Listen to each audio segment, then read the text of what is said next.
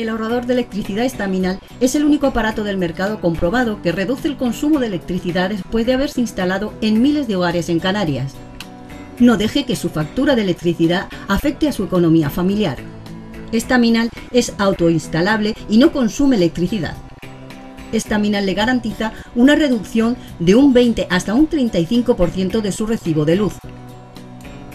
Diga basta al excesivo consumo de electricidad y llámenos ya al 928-481-249. Recuerde, puede ahorrar hasta un 35% de su factura de electricidad.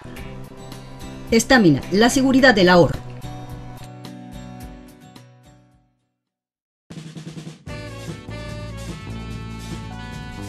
El ahorrador de electricidad Estaminal, tras muchos años de instalación en Canarias y ser elegido como producto del año en ahorro energético a nivel nacional, le ofrece la posibilidad de ahorrar de un 15 hasta un 35% de su consumo en su factura de electricidad. Sea cual sea su negocio local o industria, Estaminal tiene el ahorrador que se adapta a sus características. No se fíe de las imitaciones, Estaminal solo hay uno, con las homologaciones de la comunidad internacional. No deje que los gastos abusivos de electricidad afecten a la economía de su negocio. Pídanos presupuestos sin compromiso al 928-481-249. Ahorrador industrial de energía Estaminal, la solución a su excesivo consumo energético. Recuerde, ahorre de un 15 a un 35% de su factura de electricidad.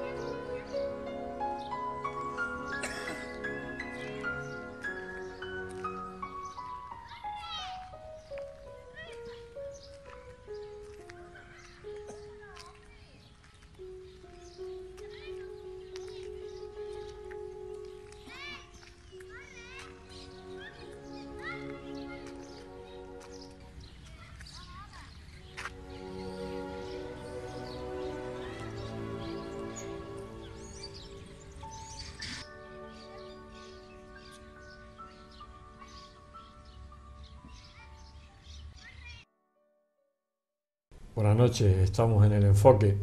¿Han visto a don Benito Pérez Galdós paseando en Madrid? ¿Una ficción o una realidad? Eso no se sabe. Claro, porque anteriormente estaba el cartel que anunciaba este programa y decía Galdós responde. Galdós responde y bueno, en el fondo eso es un libro que ha escrito Juan Carlos de Sancho.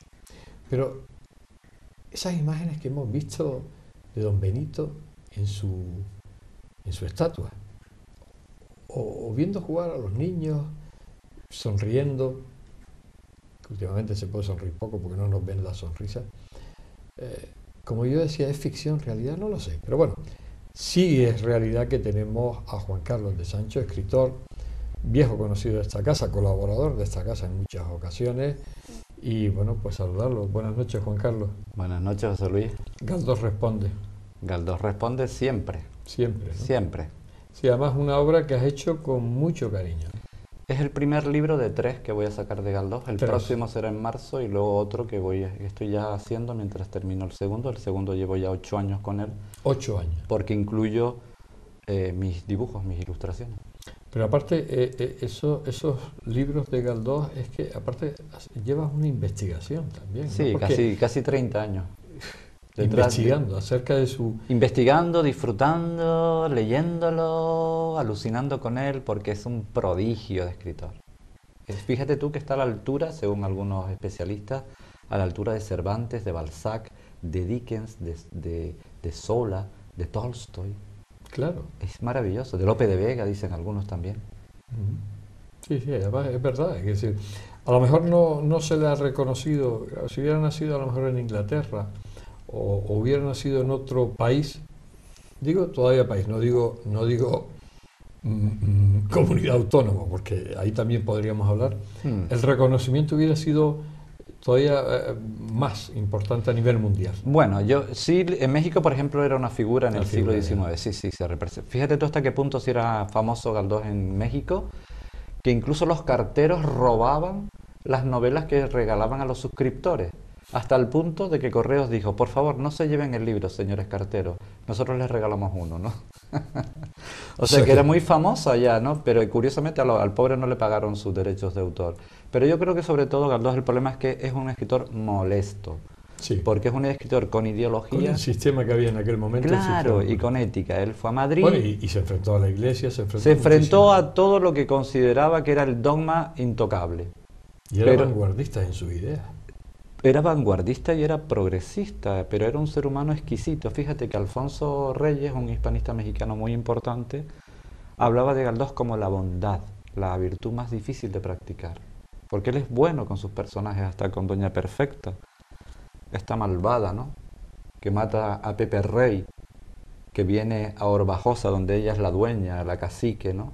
A casarse con su hija y manda a que lo maten, porque Pepe Rey traía el avance, hablaba de Darwin, hablaba del proletariado, porque Galdós era coetáneo de Darwin y de Carlos Marx, lo leía, y leía a los krausistas, que hablaban del mal endémico que había en España, ¿no? Entonces, un día también vio una manifestación en Madrid, muy jovencito, donde la policía incluso atacó a estudiantes que estaban protestando porque habían expulsado a un rector. Aquello le impresionó tanto que dijo, aparte de cuando fue a París también y leyó Balzac, dijo, yo es que tengo que escribir sobre este mal que veo y sobre todo para mejorarlo, ¿no? Pero claro, al nombrar al diablo, lo crucificaron.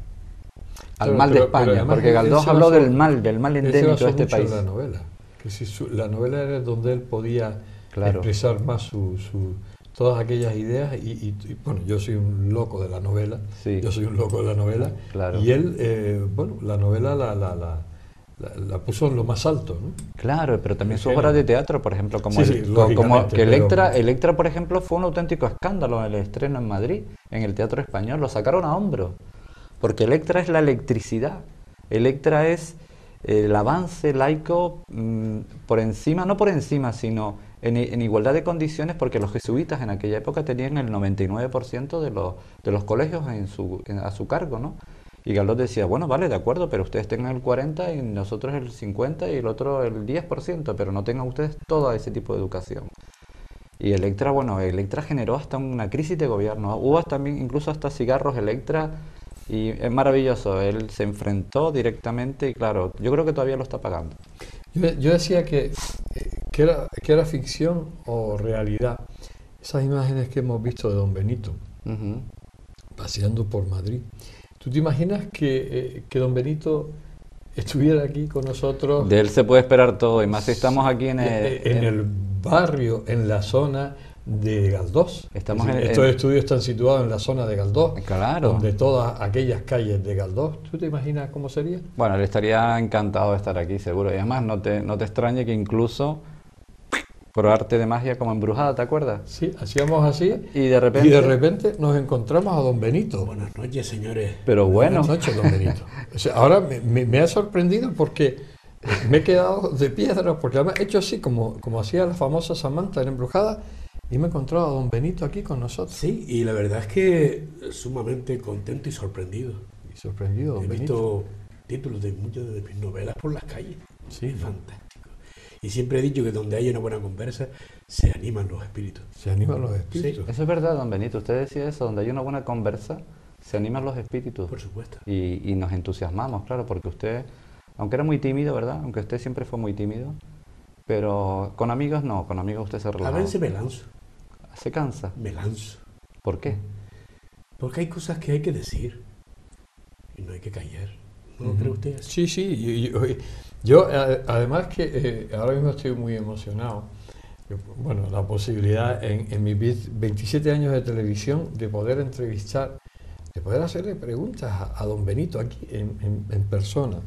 Para mí ha sido siempre desde pequeño bueno, me he leído todas sus obras, las más famosas, las que yo tenía acceso porque claro, como niño no me dejaban todas las lecturas de Galdós, pero para mí fue algo especial, y el ser gran canario todavía me llenaba de orgullo, y ahora tenerlo aquí, pues me entran ganas de preguntarle cosas, ¿no?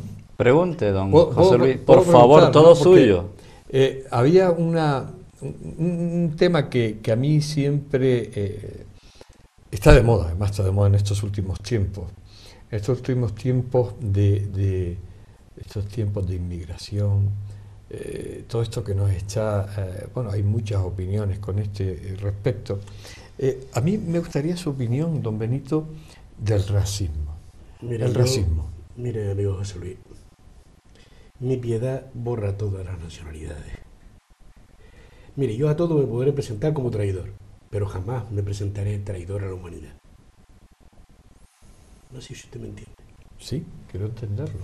Hombre, es que un espíritu tan grande como él, que incluso ha habido especialistas que hablan del corazón compasivo de Benito Pérez Galdós, la confraternidad que habla Sorín de Galdós, no puede ponerse de parte de los en contra de los desheredados, que son la mayor parte de sus personajes, aquellos que incluso fueron, aunque usted sigue vivo, porque la vida es así, usted ha vuelto de nuevo, pero usted tuvo un funeral donde fueron 30.000 personas, don Benito, y la mayor parte eran costureras, modistas, charcuteros, carniceros, porteros de edificios. O sea, todos los personajes que usted había creado aparecen.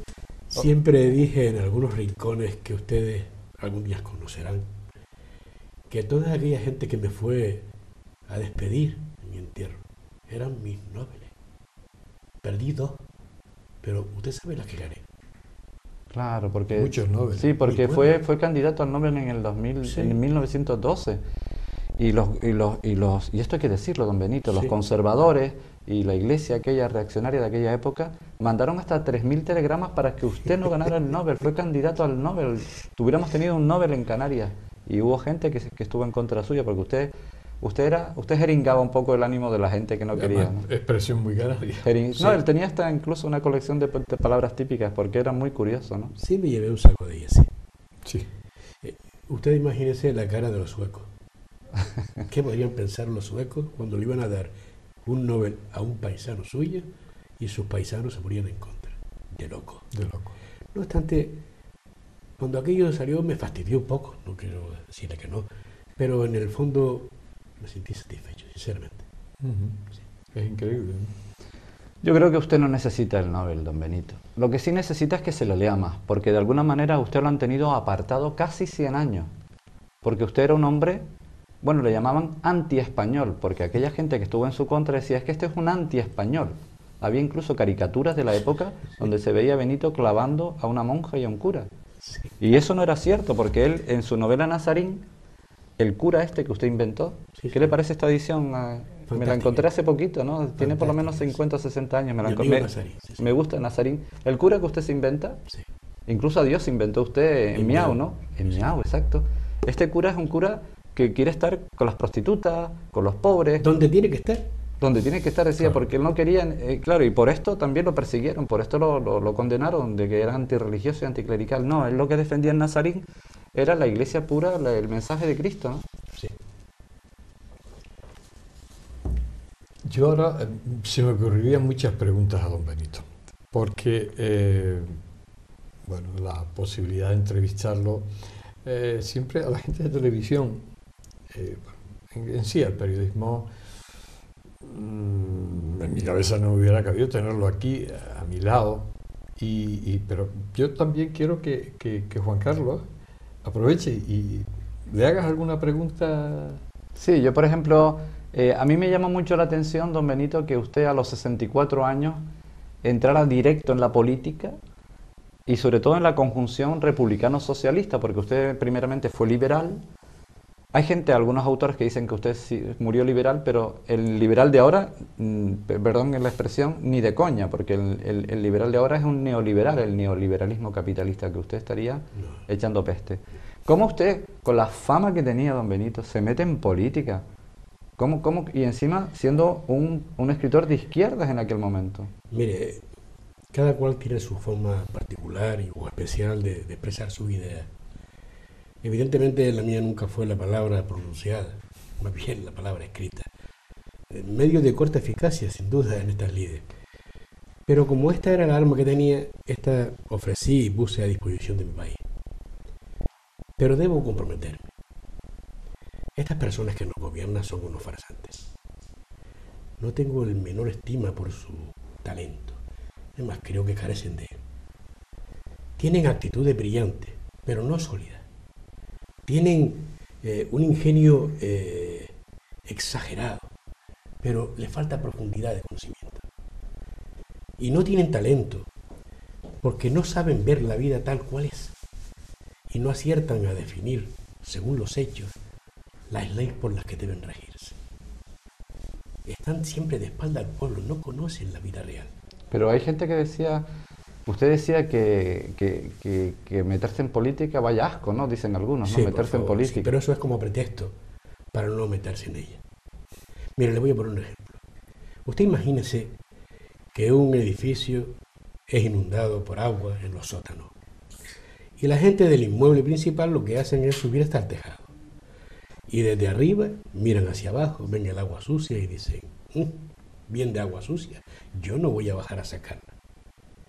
Le voy a decir una cosa. Yo jamás he tenido miedo a bajar al barro por miedo a ensuciarme. Claro, y que el agua esa... ¿Y sabe por qué? Porque esa agua que no quieren sacar reblandece los cimientos y los pilares y se viene abajo el edificio. Claro, por eso José Luis, ese fue el asunto de él, ¿no? Porque él escribía los discursos políticos, porque él fue muy amigo de Pablo Iglesias en su momento, sí, que fue el fundador del Partido Socialista. Y él creía en el socialismo humanista, claro, porque en sus novelas, por ejemplo, en los episodios nacionales, don Benito, donde usted habla de la política como el demonio, usted ya describe a los carlistas, a los constitucionalistas y ese abismo que perdura a través del tiempo. De hecho, usted tenía una frase que era, llegará la democracia, ¿cómo era aquello, pero don Benito? Tardará 100 años en instalarse. La democracia, ¿no? Y creo que no me he equivocado mucho. Por lo que estoy viendo por aquí, la democracia todavía no está muy bien instaurada. No está instalada todavía, don Benito. Pues vamos a hacer un pequeño alto en el camino. Estamos con don Benito aquí, estamos anonadados, pero vamos a hacer un pequeño alto y enseguida estamos con Juan Carlos de Sancho y con don Benito Pérez Galdós. Galdós responde. El ahorrador de electricidad Staminal, tras muchos años de instalación en Canarias y ser elegido como producto del año en ahorro energético a nivel nacional, le ofrece la posibilidad de ahorrar de un 15 hasta un 35% de su consumo en su factura de electricidad. Sea cual sea su negocio local o industria, Staminal tiene el ahorrador que se adapta a sus características. No se fíe de las imitaciones, Staminal solo hay uno, con las homologaciones de la comunidad internacional. No deje que los gastos abusivos de electricidad afecten a la economía de su negocio. Pídanos presupuestos sin compromiso al 928-481-249. Ahorrador industrial de energía Staminal. La solución a su excesivo consumo energético. Recuerde, ahorre de un 15 a un 35% de su factura de electricidad.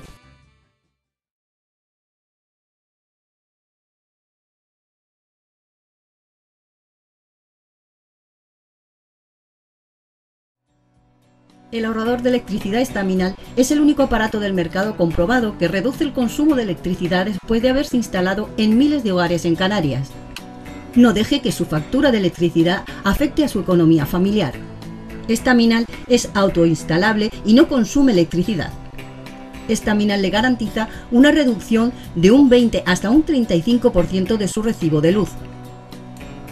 Diga basta al excesivo consumo de electricidad y llámenos ya al 928-481-249. Recuerde, puede ahorrar hasta un 35% de su factura de electricidad. Staminal, la seguridad del ahorro.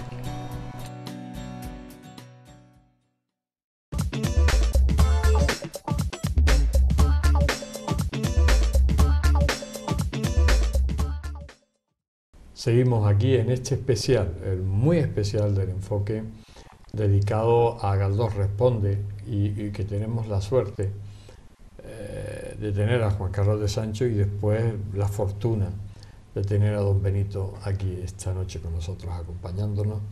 Y un poco, bueno, pues el poder preguntarle, bueno, a mí eso me tiene muy animado. La gente en estos tiempos que corren anda muy desanimada por las injusticias, por todo lo que está conllevando. Este mundo es injusto. ¿Qué piensa don Benito? Mire, hablamos tanto de nuestras debilidades que terminamos padeciéndolas.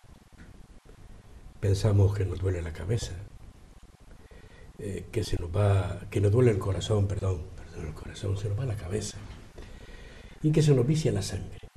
Y de tanto pensarlo y decirlo, evidentemente terminamos agobiados por crueles sufrimientos. Tenemos que seguir avanzando, olvidarnos de lo que pasa, seguir, porque si pensamos que no vamos a avanzar, no vamos a avanzar, evidentemente. ¿Y usted qué propone, don Benito, para no caer en esa queja? Porque evidentemente ante las circunstancias que vivimos, no es fácil, ¿no? Ahora estamos viendo una pandemia, por cierto, usted vivió el cólera. Sí. Y tenía una buena frase, José Luis, que yo lo recuerdo de un cuento, La industria de la muerte, ¿no? De aquel que se aprovecha en su cuento de construir ataúdes, ¿no? Aprovechándose del cólera, ¿no? Usted decía que los tiempos de salud duran más que los tiempos de enfermedad, pero cuando está la enfermedad o el virus, es lo que decía José Luis, llega el desánimo, la queja. ¿Usted qué propone para salir de ese sopor, de esa negatividad? Mira, seguir avanzando. Unirnos, ser positivos, no caer en el desánimo. ¿Y qué tipo de gente le gustaría a usted? Hombre, ¿Los censores? No, por favor. Es que hay mucha censura, ¿no? Los censores será mejor que se callen por un momento. Exacto. Y que dejasen alzar la voz a los que traen el oxígeno, el entusiasmo, los que potencian cualquier esfuerzo útil, cualquier iniciativa fecunda, cualquier idea feliz, cualquier logro artístico o de índole que sea. Vamos a dejar de censar. Seamos coherentes y dejemos correr el aire para que se ventile en la habitación. Si no, siempre estaremos con el aire viciado. Y si encima hay gente que te dice, no abra la ventana, acaban con nosotros, ¿no cree usted? Sí, y además, nunca mejor dicho, por esto que estamos pasando ahora, cuando hablamos de aire, de viciado, de pandemia, parece que las palabras de don Benito vienen muy a cuento. Sí, dar aire a ese miedo que nos paraliza. Por ejemplo, uno de los males que nombra don Benito en los episodios nacionales es la pasividad, el no compromiso, el autoritarismo. Porque claro, cuando se tiene asustado a un planeta, aparecen los Trump, los Bolsonaro. Luego a la salida, paseando por este barrio magnífico, le hablaré de quién son. Son unos dictadores, don Benito. Es decir, el Putin, son como monstruos que aparecen cuando la gente pierde lo que usted decía antes, ¿no? Que la política, qué asco, ¿no? Porque política es todo, ¿no? O la pasividad de la gente. La pasividad, sí. Y permite, El como decía don conformismo, Benito, es el conformismo. Y también el conformismo español. Claro. O sea, Los caballucos que nombra usted. sí, eso. ¿Lo puede explicar aquí a don José Luis? Muy peligroso. Y me da pena porque al fin y al cabo son seres que están cegados por la ignorancia y el fanatismo. Y esos son los que al final apuntan y disparan. claro. Son los que se ensucian la mano. Y son de los más que hay. Y el sistema se aprovecha de esos caballucos, de ese tipo de personas. Sí, porque Caballuco fue el que mata a Pepe Rey, a Doña Rey, Perfecta. Doña Perfecta. Sí. Pero usted tenía un arte magnífico, don Benito. Usted tenía él tenía, y sigue teniendo, ¿no?, unas dudas sobre la maldad en España, ¿no? Porque cuando ve esa represión con los estudiantes, él dice, yo tengo que hacer una novela realista, pero usted, por ejemplo, escribe El amigo manso, ¿no? Y aquí en El amigo manso, el argumento fundamental, don Benito, era la educación. Correcto. Si no hay educación, lo demás no sirve. Pero en Gloria, por ejemplo, que ella es católica y se enamora de un judío, los padres de ambos intentan convencerlos de que no se casen, porque no se pueden mezclar las creencias. En cambio, Gloria habla de libros que lee y sobre todo cree en su opinión personal. Usted ahí defiende la opinión personal de Gloria y de todos nosotros. Yo creo que usted intentó por todos los medios de que no nos desanimáramos y que siempre hay una salida real al conflicto, pero siempre incluso hasta con el humor. ¿Podría usted contar la anécdota para contar cómo la de Bringa explotaba a su criada, don Benito? Sí, cuando dije lo de la galleta. Sí, cuéntelo. Es que Yo creo que ese es el humor canario que usted me tenía. dieron un día una galleta y claro, cuando me doy cuenta veo que la galleta está caminando porque debajo hay un montón de hormigas. Y digo, oye, parece que las galletas tienen patas. Claro. Entonces, porque la señora le daba a la criada galletas mantecados de Astorga, sí. tan llenos de hormigas que parecía que la galleta caminaba sola. Y de esa manera usted habla de, perdón que lo diga aquí, lo cabrona que era la señora con su criada, ¿no? Sí. Pero eso existe todavía, la explotación. Sí, a mí me y él lo contaba con ese humor. Yo creo que es un humor sí. insular, ¿verdad, don Benito? Por supuesto. Usted mantuvo siempre esa picaresca, ¿no? Nosotros somos socarrones. Junto como el gallego. El gallego muchas veces no se sabe si sube o se baja. Incluso don Fernando León y Castillo, sí, que era muy amigo de él. Buen consejo. El embajador de España en Francia, que también le consiguió a usted sus contactos importantes. Doña Isabel. Con la reina Isabel, sí. Incluso, siendo usted republicano, pero usted era muy listo porque llevaba provecho y tal. Pues, hay que recabar información. ¿Qué le decía don Fernando León y Castillo a usted? Sí. Mira lo que le decía José Luis: paso de buey, tripa de lobo, sí, y hacerse el bobo. Y hacerse el bobo. Claro. Y Fernando León y Castillo le decía que esa era la ley del Mauro Canario. Y decía, Benito, no te olvides de la ley del Mauro Canario. Paso de buey, despacito, tripa de lobo, que él siempre lo fue, que no se te escape una, y luego hacerte el bobo. Sí. Y luego escribir lo que a usted le dio la gana, porque usted siempre escribió lo que le dio la gana. ¿Usted no tenía miedo, don Benito, a las represalias políticas? No. Y eso que creo que está sobre 8.000 personajes. Sí, el doctor Marañón lo decía, sí. Creó 8.000 personajes, don Benito, y tenía tiempo para usted para las mujeres, ¿verdad? Bueno, siempre estoy con el tema de las mujeres. Ya he estado varias veces con él y siempre quieren sacarme el hilo de las mujeres. Sí, ya estoy viendo. Son cosas de hombre, ¿no es así, José Luis? Sí, don Benito. No diga eso, don Benito, porque usted era feminista. Usted fue, yo lo voy a contar aunque usted no quiera, pero bueno, ya aprovecho, lo puedo aprovechar. Fue amigo y amante de doña Emilia Pardo Bazán. Don Benito era una feminista y usted aprendió mucho de ella. Sí. Y muchos de sus personajes... De hecho, pongo en la mujer muchas veces la voz. Doña Perfecta. Tristana. Marianela. Sí. Gloria. Sí, exacto. Augusta. Y porque las conoció bien a fondo, ¿no?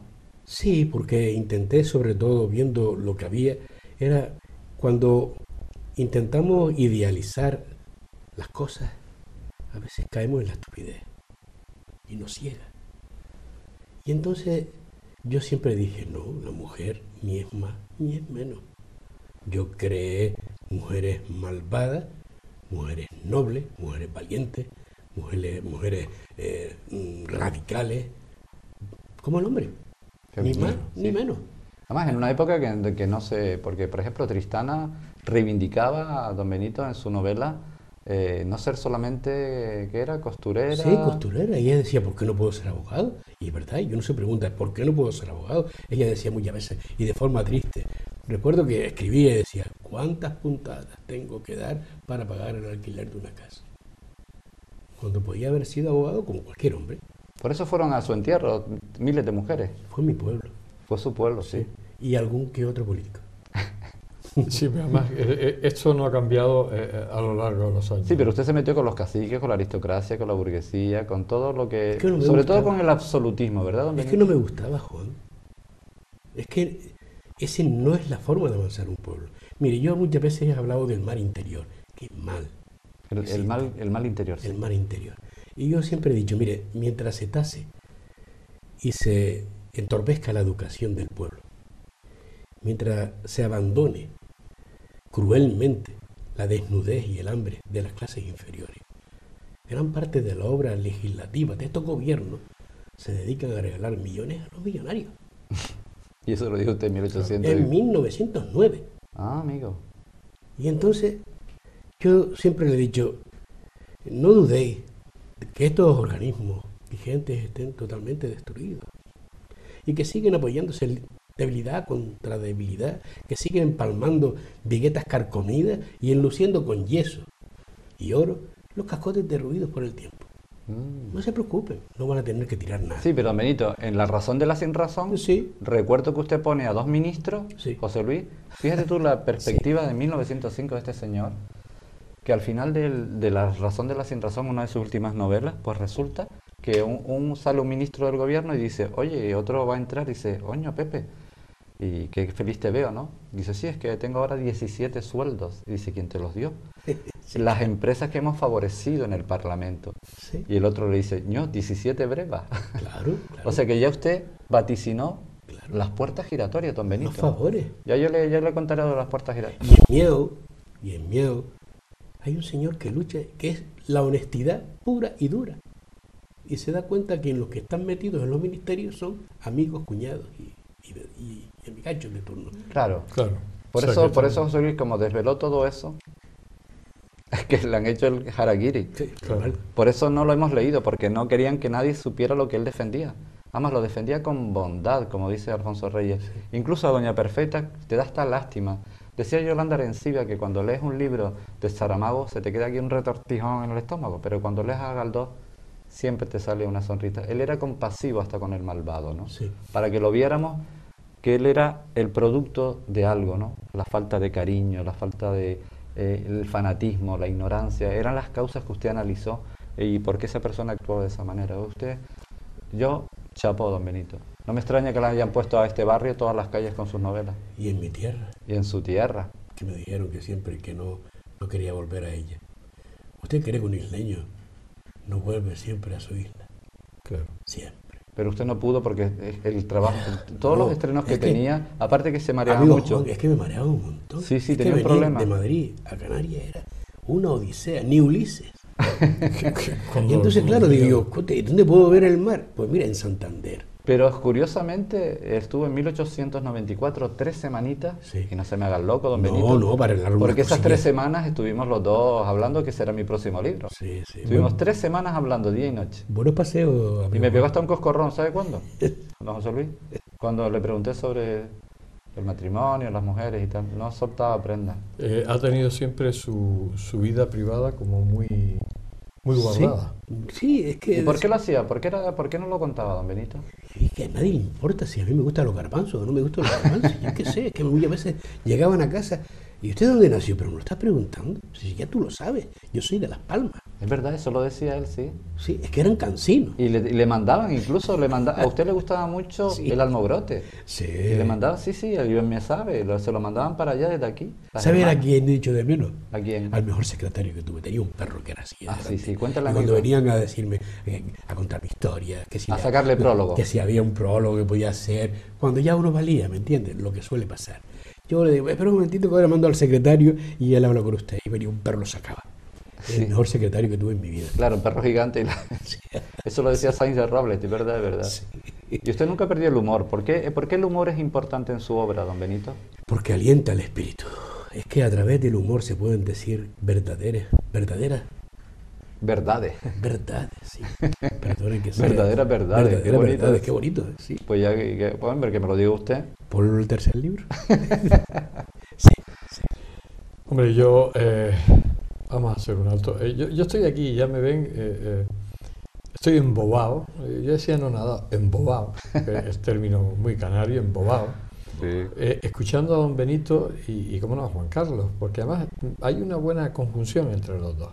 Hay una química que he captado y como verán no he intentado aquí de libre oyente no interrumpirlos porque merece la pena escucharlo y además crean ese ambiente que uno se queda como espectador.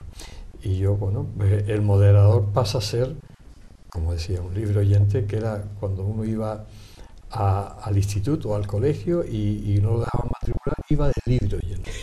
Pues eso es lo que yo he sido y voy a seguir. Pues no te extrañes, José Luis, que el moderador sea la próxima novela, donde hable de esa actitud que tú tienes. Porque él hablaba la virtud de la impermeabilidad, y era que el español se hace impermeable a lo que dice el otro, claro. Decía don Benito, ¿no? Es que, discúlpeme, José Luis, sí. Usted acaba de dar con la clave de la ciencia. Wow. Sí, se lo voy a decir. Cuando uno está oyendo cosas que pueden interesar, dice, bueno, me voy a alejar un poquito, yo la sigo mucho con frecuencia. Voy a alejarme un poco, voy a oír y voy a sacar mis conclusiones. Eso es fantástico. Hay gente que a veces habla y no sabe lo que está diciendo. No respira y no oye. Y el mal de la sociedad precisamente es no saber oír. Claro. Y eso, amigo José Luis, veo que usted lo tiene muy bien captado. Sí, señor. Pues gracias, don Benito.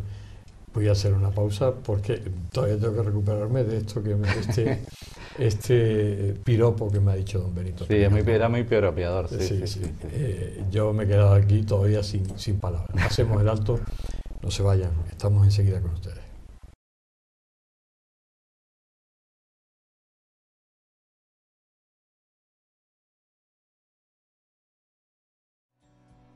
El ahorrador de electricidad estaminal es el único aparato del mercado comprobado que reduce el consumo de electricidad después de haberse instalado en miles de hogares en Canarias. No deje que su factura de electricidad afecte a su economía familiar. Estaminal es autoinstalable y no consume electricidad. Estaminal le garantiza una reducción de un 20 hasta un 35% de su recibo de luz. Diga basta al excesivo consumo de electricidad y llámenos ya al 928-481-249. Recuerde, puede ahorrar hasta un 35% de su factura de electricidad. Estaminal, la seguridad del ahorro.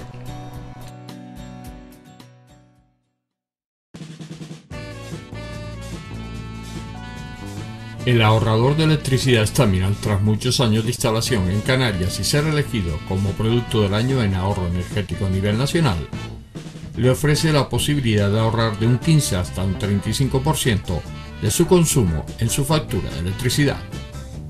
Sea cual sea su negocio local o industria, Estaminal tiene el ahorrador que se adapta a sus características.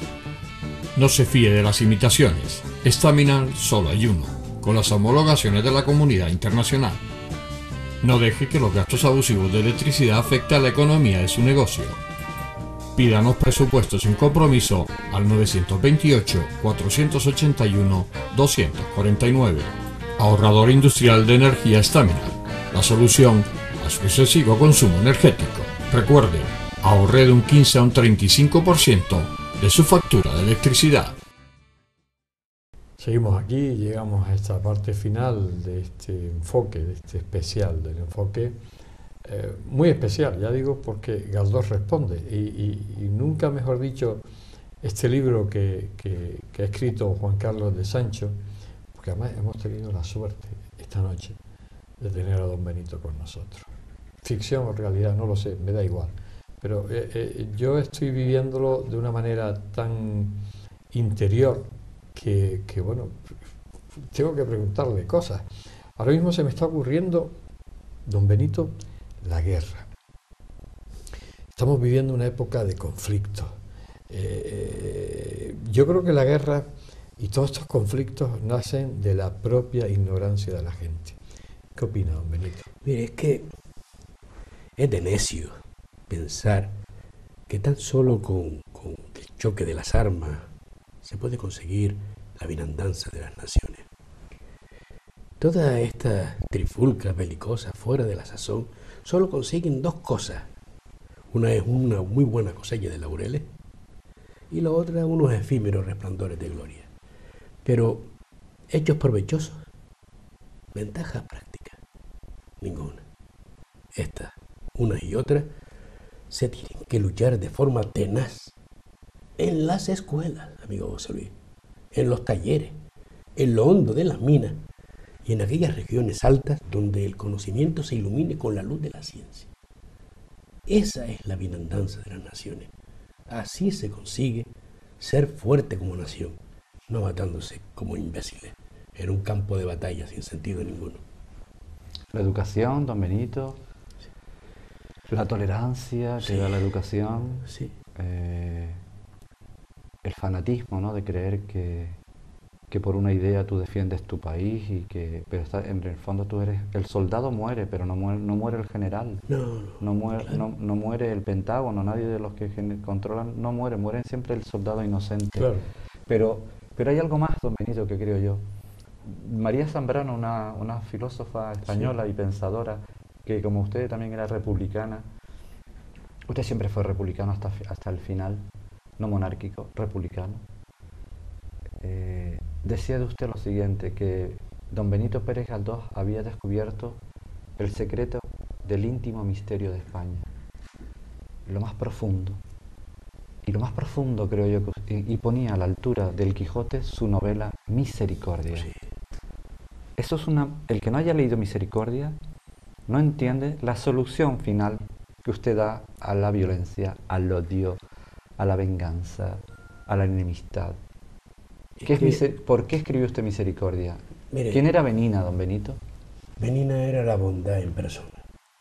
Era una mujer muy pobre que ayudaba a su señora. Que ayudaba a su señora viviendo a un cura inexistente. Es verdad.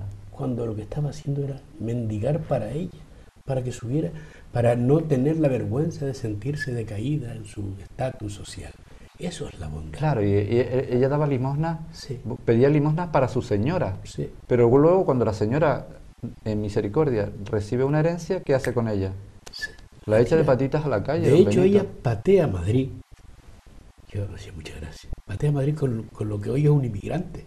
Claro. Que era el viejito. Almudena. Sí, que era un moro. Y habla así, porque usted lo puso a hablar así, don Benito. Y fue quien la reconoció en la bondad. Es quien le dijo, deja a la señora que es ingrata, vente conmigo a Jerusalén. La invita porque reconoció la bondad de esa mujer. Y eso solo se consigue, a mi modesto modo de ver, amigo José Luis, pateando las calles. ¿Y usted quiere saber dónde descubrí eso? Se lo voy a decir. Fue en 1800, no quiero recordar, ¿cuándo fue el tema de la feria esta famosa? De París, sí. En París, sí. Sí. En 1870, creo. No, 1867, 68, sí. 67, exacto. Que se fue usted a París. Sí, me voy a París. Maravilloso, París, maravilloso. Se respiraba libertad por todos los lados. Y cae en mis manos un libro de Balzac. La comedia humana. Sí, señor. Y veo que aquel señor está escribiendo de la gente del pueblo. Claro. Y digo, claro, he ahí su camino. Mi camino. Como escritor. Sí. Y caminé mucho Madrid, José Luis. Mucho. Se hablaba del flaner. Sí, me disfrazaba de médico y metía en hospitales sin ser médico para ver cómo era aquello. Claro. ¿Y de recaudador de hacienda se iba usted? Sí, verdad. A los barrios más pobres y miserables de Madrid. Claro. Y apuntaba su jerga en sus libretas. Por eso palpaba. La pobreza. La pobreza. Y la miseria. Y yo digo, no, esto solo es la bondad. Y es más, fíjese bien, en estos días, en estos tiempos, y sobre todo en estos tiempos tan convulsos como los que están viviéndose hoy en día, toda reconciliación, y cuando hablo de reconciliación, hablo en base a la amistad. Reconciliarse en base a la amistad, de verdad, la reconciliación de verdad. Toda persona que se acoge a ese emblema de la afirmación debe considerarse una victoria. En estos tiempos tan cambiantes, de tanta negatividad, de tanto destruir, de tanto cambio, es un desastre.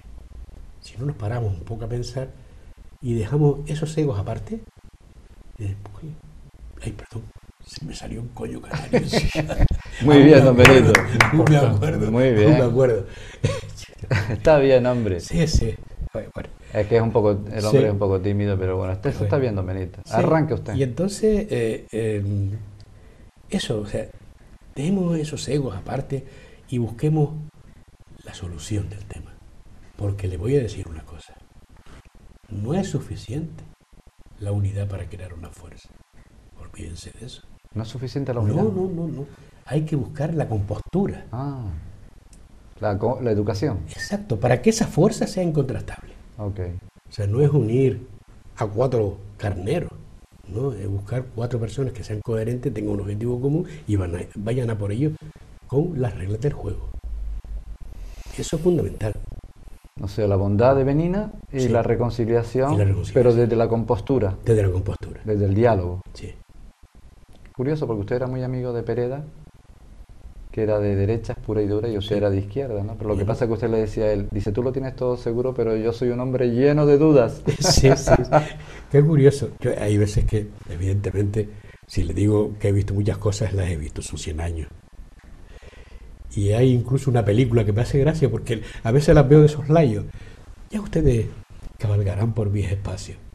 Y hay un final fantástico, que dice...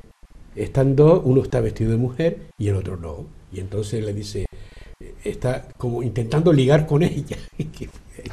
Y dice, pero se quita la peluca y dice, pero es que soy un hombre. Dice él, bueno, nadie es perfecto. Ya sé cuál es la película. El amigo Jack Lemmon y... Es fantástico. Don Benito, ¿y usted vio esa película? Bueno, hay que verla. Lo que es viajar en el tiempo. Fantástico, sí. Usted era muy moderno, siempre fue moderno. Sí me gustaba, sí. Y además, yo me tomé incluso mis novelas, no sé si, me parece que Juan se ha dado cuenta de eso. Hay personajes que salen en una y aparecen en otra. Sí, usted inventó series de televisión, claro. Sí, era como una serie del viejo Madrid y claro, estábamos... Sí, la de Bringas, por ejemplo, en Tormento, es verdad, aparece como así más o menos y luego de repente... Usted se inventa una novela que es la de Bringas. Sí. Dice que aparece como un personaje así y luego de repente lo va metiendo en las otras. Sí. Es increíble, don Benito. Sí. No podía parar de escribir, la verdad. 46 episodios nacionales, divididos en 5 series, desde 1805 a 1885, algo así. Y qué curioso, es Trafalgar. Trafalgar. Sí, aquí, mira, don Benito, aquí la tengo, Trafalgar. Sí. Con esta empezó usted los episodios nacionales. Sí, señor. Con la destrucción de un país, de una idea, y un mundo nuevo. A partir de ahí. Claro, desde el niño Gabriel Araceli. Qué genialidad, don Benito. Sí. Yo no tengo gorro, pero ahora mismo me lo quito. Sí. ¿Qué puedo hablar yo? Hemos terminado el programa, estaríamos... Bueno, con don Benito no lo dejamos ni irse, porque ficción o realidad, yo no sé si ha estado hoy con nosotros don Benito o si no. Para mí sí. O para ustedes, señores telespectadores, dirán, no, pues no, un señor que pusieron ahí. Yo creo que no, yo creo que es don Benito. Y yo me voy a ir a mi cama esta noche pensando en todo lo que ha dicho, en todo lo que ha escrito, en lo que, mi opinión personal, no se le ha reconocido la grandeza a este escritor, la grandeza mundial que tiene. Posiblemente el haber nacido en Gran Canaria, pues parece ser, independientemente de sus ideas, parece que también lo marca a la hora de ese reconocimiento. Hoy, en la actualidad, lo decía Juan Carlos Sancho, ahora es cuando empieza a moverse a nivel español, porque incluso yo creo que se lo ha reconocido menos en España que en el resto del mundo. Claro, por esa intolerancia que él habla siempre. Es que muchas fuerzas vivas, es decir, los que nos controlan, no soportan a este señor porque les señala sus abusos, les señala sus desmadres, ¿no? Y los señala, como dije antes, desde la más absoluta argumentación objetiva, ¿no? Lo que él decía desde la educación, desde la ciencia. Pero digo, Juan... Pero no importa, don Benito, el tiempo va a su favor. Yo es que creo en la cultura comprometida. Si no, ¿qué sentido tiene el arte? Pues don Benito, gracias por estar una cosa aquí. Que le quería decir, amigo José Luis. Que yo esté aquí o no esté, fíjese bien, usted ha leído Doña Perfecta. Usted se sintió que viajó a Orbajosa. Pues ese es el fin del misterio. Pues yo creo que con eso... Es la imaginación, claro, lo que es la realidad. De hecho, usted dice, y si hay tiempo, no se ve con los ojos, Exacto. se ve con la imaginación. Correcto. Pues así terminamos, dándole las gracias a Juan Carlos de Sancho, gracias a Juan Carlos, y a don Benito. Bueno, ¿qué le puedo decir yo? La imaginación.